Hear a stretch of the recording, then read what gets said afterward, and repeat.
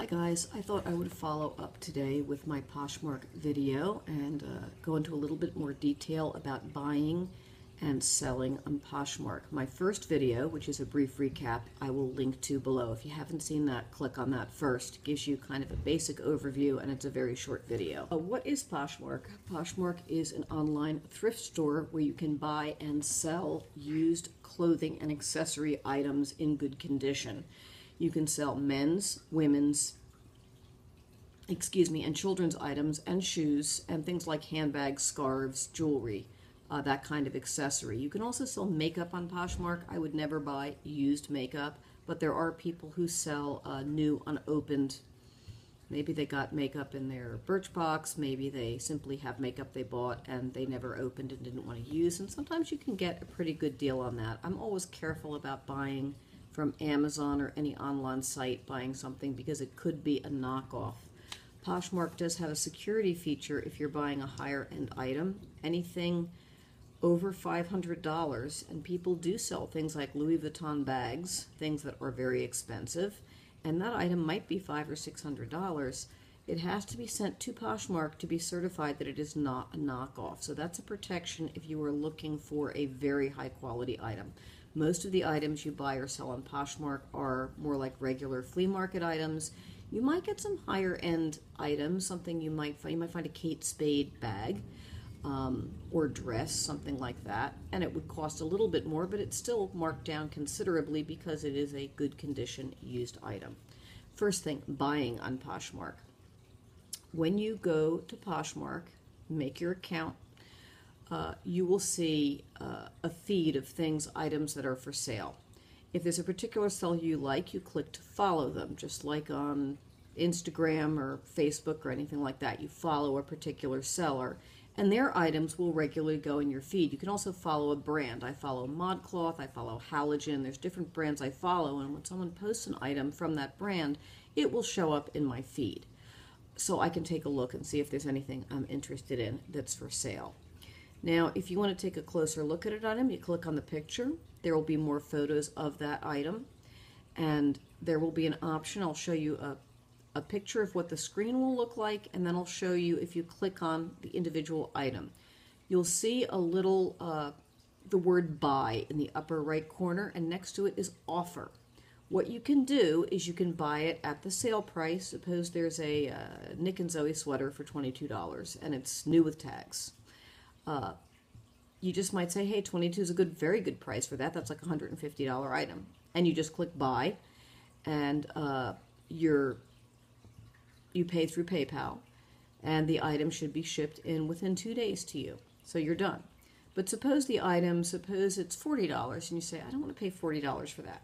Click the offer button, and you could offer another amount. Say you want to offer $30 for it. That's actually a little bit of a lowball offer. I wouldn't go that low. $35, let's say $35. The seller has the option of accepting that or counter offering $38, and you can bicker back and forth till you get a price that you like. Some sellers will say no negotiations in their item description. I almost always negotiate. I say make me an offer, and I'll decide whether or not I want to take it. If the seller doesn't want to take it, if I offered $30, the seller might say no and just decline the offer.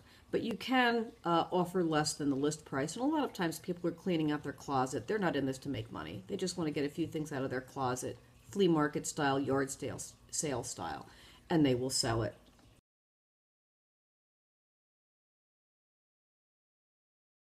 What if you accidentally buy something? You click on buy and you didn't mean to. You have a window of time. I forgot to check. I'll put in the description bar how much it is. I believe it's 3 hours to cancel the sale if it's by accident. So that's pretty easy to do. I've never accidentally bought something, and I'm a klutz with a lot of things online, but I never accidentally bought something from Poshmark. But if you do, you can do that. There's also something called bundling. Some sellers will give you a discount if you buy more than one item. It might be 3 or more items from their closet, and you get a 10% discount. That's called bundling. Now, I'll try to show a screenshot here too. If you click on the item you want, if you look in the upper right corner, you'll see what looks like, it's the same kind of icon you'd see if you're going to email something to somebody from Instagram or something. It's that little square with the arrow on it. If you click on that, it gives you the option to put items in a bundle.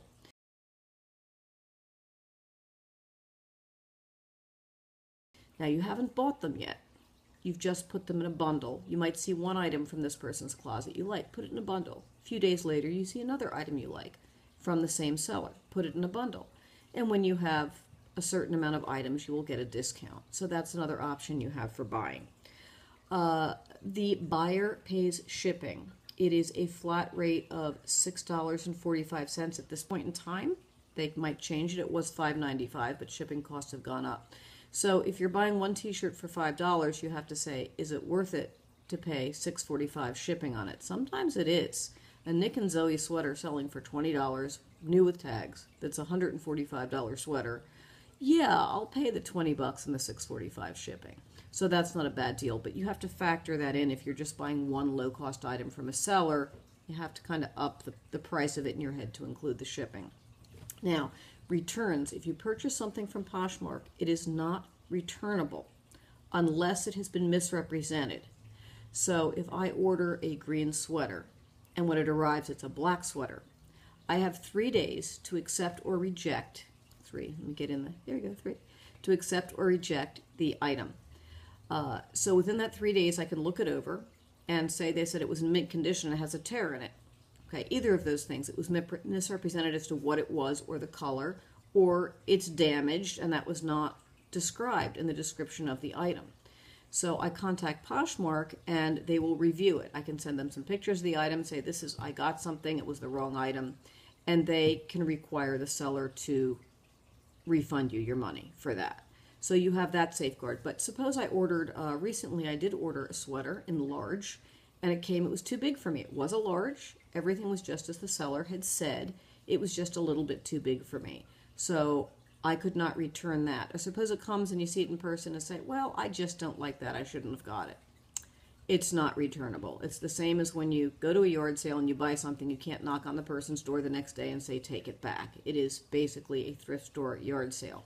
But what you can do, and what I have done, if something arrived that didn't fit, is I just put it in my own closet and resold it. That happened. I just sold a sweater that happened with it was too big, and it resold fairly quickly. So that wasn't that much of a problem for me.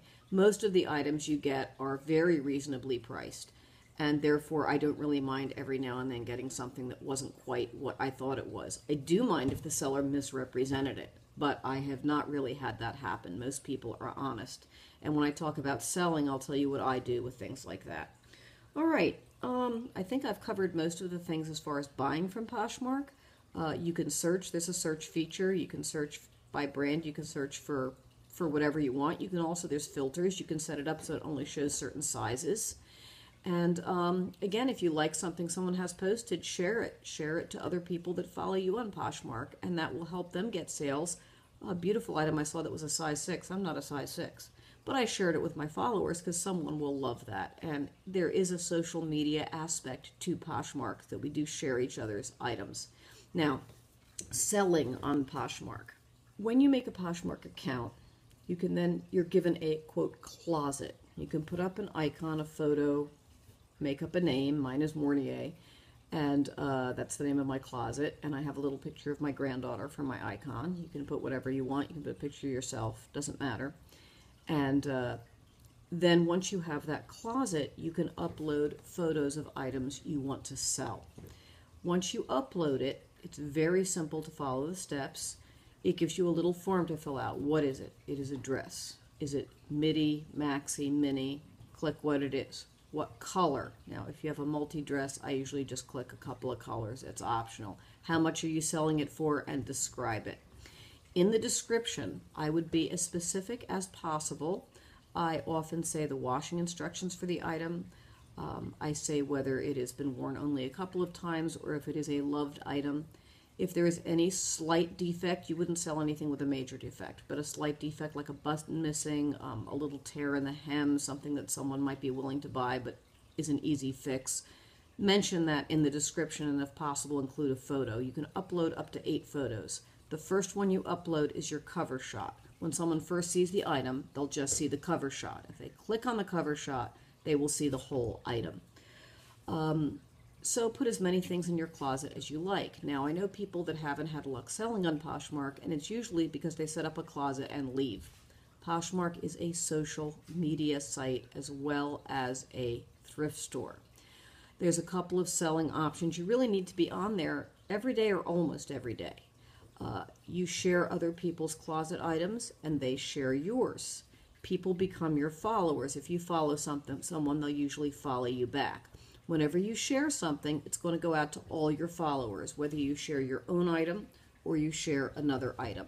So the more people see it, the more likely it is to sell. Poshmark also has something called parties. Think of a Tupperware party. 3 times a day, they have a themed sale. For example, menswear. All right, how about men's workwear? If you have, suppose my husband has some work shirts that are in good condition, but he doesn't wear anymore. When the menswear party is going on, I can click share to that party, and it will go out to that specific audience. When the party is over, those items are still accessible. So someone that's just looking for menswear might click on menswear party, and they'll see all those items. They won't see every possible thing that's available on Poshmark. They usually have 3 a day, and in the evening they'll have a general women's one. It might say casual chic party. So ideally you would post items from your closet that fit that description. Shoes, handbags, jackets, t-shirts, whatever. And you really need to put those things out to the parties in order to sell, and you need to share other people's items. Let me see what else I can say about selling. Bundles, I mentioned before, you can buy with a bundle. You can set up your closet. It's up to you if you want. You might click on, under seller tools, you can click on bundling, and you might say if you purchase 3 or more items, you get a 10% discount. You set it up however you want. Once it's set up, Poshmark handles it. Someone comes to your closet, buys 3 or more items, it will automatically give them the discount. What I like about Poshmark is there's very little for me to do other than share my items, put them in a bag, and ship them. That's it. Once someone buys my item, first of all, if they make an offer, I'll get an email on that. I'll go and I'll see the offer. I can counter offer. There's a little button, counter offer. Or I can accept their offer. Once I accept their offer, the item is sold. I put it in, this is one of the envelopes I use, padded postal envelope. If it's bigger than that, I'll put it in a box. And again, as long as it's under 5 pounds, Poshmark emails me a shipping label. I print it out. I use clear plastic tape to put it on my package, and I send it out. I also personally put a copy of the shipping label inside the bag, so if anything happens to the one outside, there's still information on where to send it. How I prepare my packages, I usually wrap them in tissue paper and put a little sticker on them so it looks a little bit like a Stitch Fix package. And I put a thank you note for the person inside. I also try to put in a little, some kind of a little thank you gift that's from the dollar store, something minor. It could even be just like a little lollipop or something, a little card, something extra nice so it's special for them when they open their package. After they receive it, they will review me, just like on eBay. And I usually get 5-star ratings. The lowest I got was a 1 4-star rating. The rest were 5-star. And I think it's because I'm very honest about the condition of the item I'm selling, and I try to make it look nice so it's exciting when they get it.